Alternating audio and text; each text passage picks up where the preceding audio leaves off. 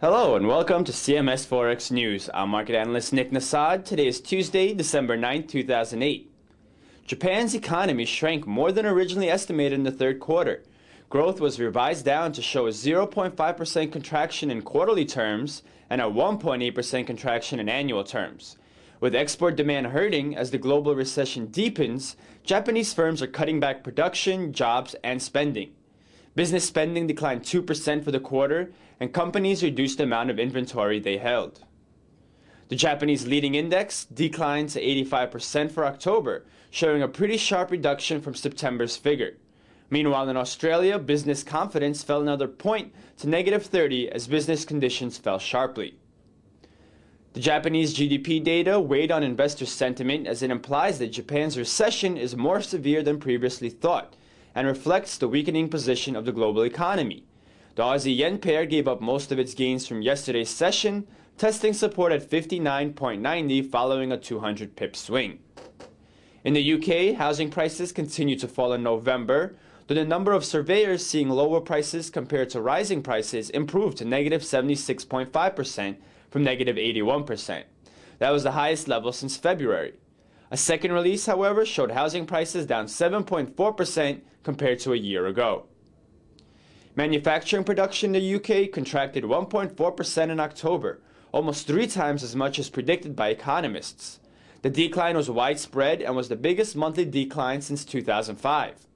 UK consumers are shopping less as they watch their budgets in the face of their country's recession, which is forcing companies to scale back production.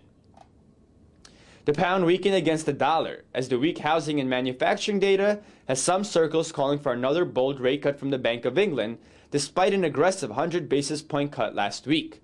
The pound-dollar pair fell 200 pips from its open to test support at 1.4680. Yesterday, the pair reached 1.50. The pound-yen pair slid 270 pips from its open, extending a decline that started following a strong rally in the pound seen on Friday and Monday. With risk sentiment turning back to aversion and the pound pressured by its fundamental data, the pair fell to test 135.50. German investor confidence surprised forecasts on the upside and rose for a second straight month, bringing the sentiment index to -45.2. It reflects a positive reaction to the ECB's recent interest rate cuts, which included an unprecedented 75-point basis cut last week, and to recent measures announced by the government. In the U.S., pending home sales fell by 0.7% in October, but that was a much better figure than anticipated. The report shows that banks remain reluctant to lend, however, and that the housing market recession will continue into a fourth year. The euro-dollar pair fell overnight following a sharp 200 pip increase yesterday. The pair found support at the 1.28 level to start New York trading and proceeded to rally again to set a new high at 1.30. From there, it turned back once more, sliding 100 pips to test 1.29. Stocks in the U.S. fell into the red in afternoon trading, with the Dow Jones Index down more than 200 points in the early afternoon.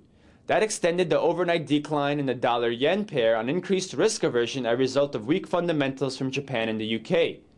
The pair reached the 92 level as it fell about 100 pips during the session. The Canadian Central Bank cut its benchmark interest rate by 75 basis points, increasing its pace of cuts. Expectations had been for a 50 basis point cut, though with other central banks around the world accelerating the pace at which they are lowering borrowing costs, there was a good chance that the Canadian Central Bank would follow suit. The move puts the interest rate at its lowest level since 1958. The accompanying announcement also said for the first time that the Canadian economy is now entering a recession. The US dollar-Canadian dollar pair climbed back to the 1.22740 level after falling to the 1.25 level yesterday, effectively wiping away the loonies' gains from the previous session. There was a counter rally in the loonies' favor, but it was short-lived, and the pair traded near 1.2670 as of 2:30 p.m. Eastern.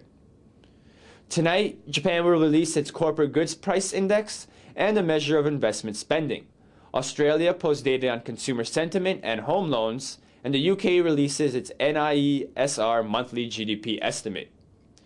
Overnight, Germany reveals its wholesale price index, and Switzerland posts its ZEW expectations. Tomorrow, Canada releases its measure of labor productivity, while the US reveals data on wholesale inventories. And that wraps up today's Forex recap. Thank you very much for joining us here at CMSFX.com, and happy trading.